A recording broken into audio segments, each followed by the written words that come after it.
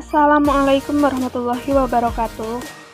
Kami dari kelompok 12 yang beranggotakan saya sendiri, Dinda Narpikasari Trianingsih Widya Astuti, NIM 195211361, Liana Septi Damayanti, NIM 195211392, dan Ayu Solihah, NIM 195211399.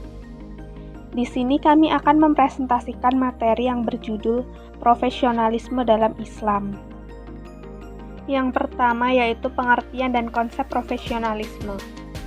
Profesionalisme berasal dari kata profesional, yang mengandung arti berhubungan dengan profesi dan memerlukan kepandaian khusus untuk menjalankannya. Kata profesional diartikan pula sebagai suatu pekerjaan yang dilaksanakan secara penuh atau full time.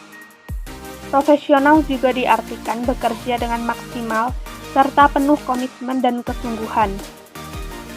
Profesionalisme merupakan sikap dari seorang profesional, dan profesional berarti melakukan sesuatu sebagai pekerjaan pokok yang disebut profesi. Artinya pekerjaan tersebut bukan pengisi waktu luang atau sebagai hobi belaka. Dengan pengertian tersebut, profesionalisme sangat diperlukan untuk keberhasilan suatu perusahaan, organisasi, dan lembaga. Perusahaan, organisasi, dan sejenisnya tersebut, kalau ingin berhasil program-program, maka harus melibatkan orang-orang yang mampu bekerja secara profesional. Tanpa sikap dan perilaku profesional, maka lembaga, organisasi tersebut tidak akan memperoleh hasil yang maksimal, bahkan bisa mengalami kebangkrutan. Di antara faktor yang mempengaruhi kemajuan dan kemunduran perusahaan atau lembaga tersebut adalah sikap dan perilaku profesional dari orang-orang yang terlibat di dalamnya, terutama para pemimpinnya. Yang selanjutnya adalah nilai-nilai Islam yang mendasari profesionalisme. Akhlak Islam yang diajarkan oleh Nabiullah Muhammad SAW memiliki sifat-sifat yang dapat dijadikan landasan bagi pengembangan profesionalisme. Ini dapat dilihat pada pengertian sifat-sifat akhlak Nabi sebagai berikut. Yang pertama, sifat kejujuran atau sidik. Kejujuran ini menjadi salah satu dasar yang paling penting untuk membangun profesionalisme.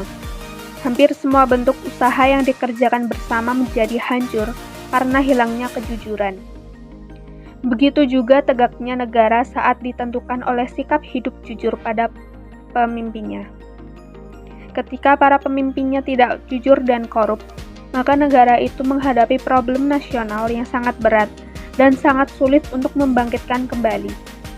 Yang kedua adalah sifat tanggung jawab atau amanah. Sikap tanggung jawab juga merupakan sifat akhlak yang sangat diperlukan untuk membangun profesionalisme. Suatu perusahaan atau organisasi atau lembaga apapun pasti hancur bila orang-orang yang terlibat di dalamnya tidak amanah. Yang ketiga, sifat komunikatif atau tablik. Dengan sifat komunikatif, seorang penanggung jawab suatu perusahaan akan dapat menjalin kerjasama dengan orang lain lebih lancar. Dengan sifat transparan, kepemimpinan diakses semua pihak. Tidak ada kecurigaan sehingga semua masyarakat, anggotanya, dan rekan kerjasamanya akan memberikan apresiasi yang tinggi kepada kepemimpinannya. Dengan begitu, perjalanan sebuah organisasi akan berjalan lebih lancar serta mendapat dukungan penuh dari berbagai pihak. Yang keempat, sifat cerdas atau fatonah. Dengan kecerdasannya, seorang profesional akan dapat melihat peluang dan menangkap peluang dengan cepat dan tepat.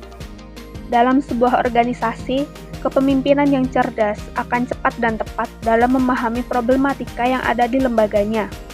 Ia cepat memahami aspirasi anggotanya, sehingga setiap peluang dapat segera dimanfaatkan secara optimal dan problem dapat dipecahkan dengan cepat dan tepat sasaran. Di samping itu, masih terdapat pula nilai-nilai Islam yang dapat mendasari pengembangan profesionalisme, yaitu pertama, bersikap positif dan berpikir positif atau husnuzon. Berpikir positif akan mendorong setiap orang melaksanakan tugas-tugasnya lebih baik. Hal ini disebabkan dengan bersikap dan berpikir positif mendorong seseorang untuk berpikir jernih dalam menghadapi setiap masalah. Yang kedua adalah memperbanyak silaturahim.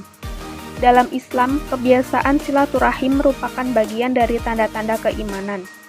Namun dalam dunia profesi, silaturahim sering dijumpai dalam bentuk tradisi lobi. Dalam tradisi ini akan terjadi saling belajar. Yang ketiga, disiplin waktu dan menepati janji.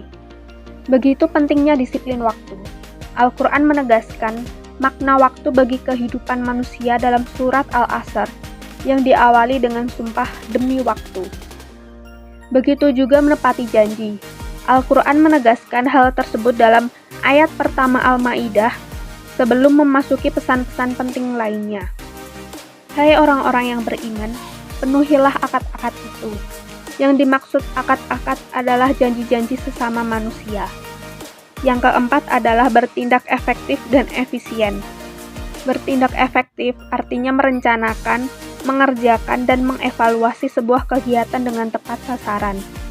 Sedangkan efisien adalah penggunaan fasilitas kerja dengan cukup, tidak boros, dan memenuhi sasaran. Juga melakukan sesuatu yang memang diperlukan dan berguna. Yang kelima atau yang terakhir, memberikan upah secara tepat dan cepat. Ini sesuai dengan hadis Nabi yang mengatakan, berikan upah kadarnya, akan mendorong seseorang pekerja atau pegawai dapat memenuhi kebutuhan diri dan keluarganya secara tepat pula. Sementara apabila upah ditunda, seorang pegawai akan bermalas-malasan karena dia harus memikirkan beban kebutuhannya dan merasa karya-karyanya tidak dihargai secara memadai. Yang selanjutnya adalah aktualisasi profesionalisme dalam perspektif Islam. Dari uraian di atas dapat disimpulkan bahwa Islam adalah agama yang menekankan arti penting amal dan kerja.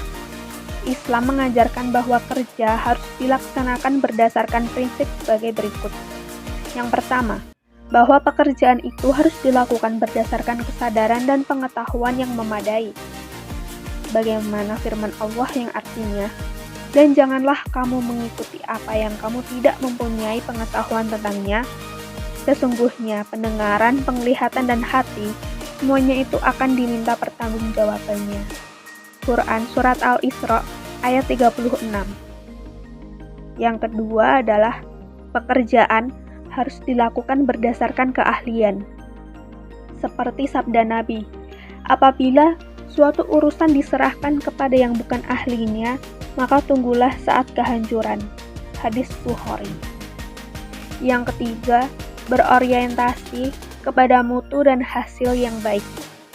Dalam Islam, amal dan kerja harus dilakukan dalam bentuk yang soleh, sehingga makna amal soleh dapat dipahami sebagai kerja sesuai standar mutu, baik mutu di hadapan Allah maupun di hadapan manusia rekanan kerjanya. Yang keempat, pekerjaan itu senantiasa diawasi oleh Allah, Rasulullah, dan masyarakatnya. Oleh karena itu, harus dilaksanakan dengan penuh tanggung jawab. Yang kelima, pekerjaan dilakukan dengan semangat dan etos kerja yang tinggi. Dan yang terakhir atau yang keenam, pengupahan harus dilakukan secara tepat dan sesuai dengan amal atau karya yang dihasilkannya. Kesimpulannya yaitu, secara ideal, Islam sangat mendorong tumbuhnya sikap profesionalisme, baik dalam kerja untuk orientasi duniawi maupun ukhrawi. Amal perbuatan yang ditunjukkan untuk kehidupan dunia harus dilakukan seoptimal mungkin atau sebagai amal soleh.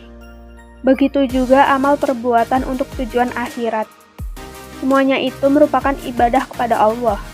Maka profesionalisme adalah pelaksanaan suatu amal atau pekerjaan dengan kualitas kerja yang tinggi, dengan mutu produktivitas yang tinggi pula. Semoga bermanfaat. Sekian yang dapat kami sampaikan. Kurang lebihnya mohon dimaafkan. Wabillahi taufik wal hidayah. Wassalamualaikum warahmatullahi wabarakatuh.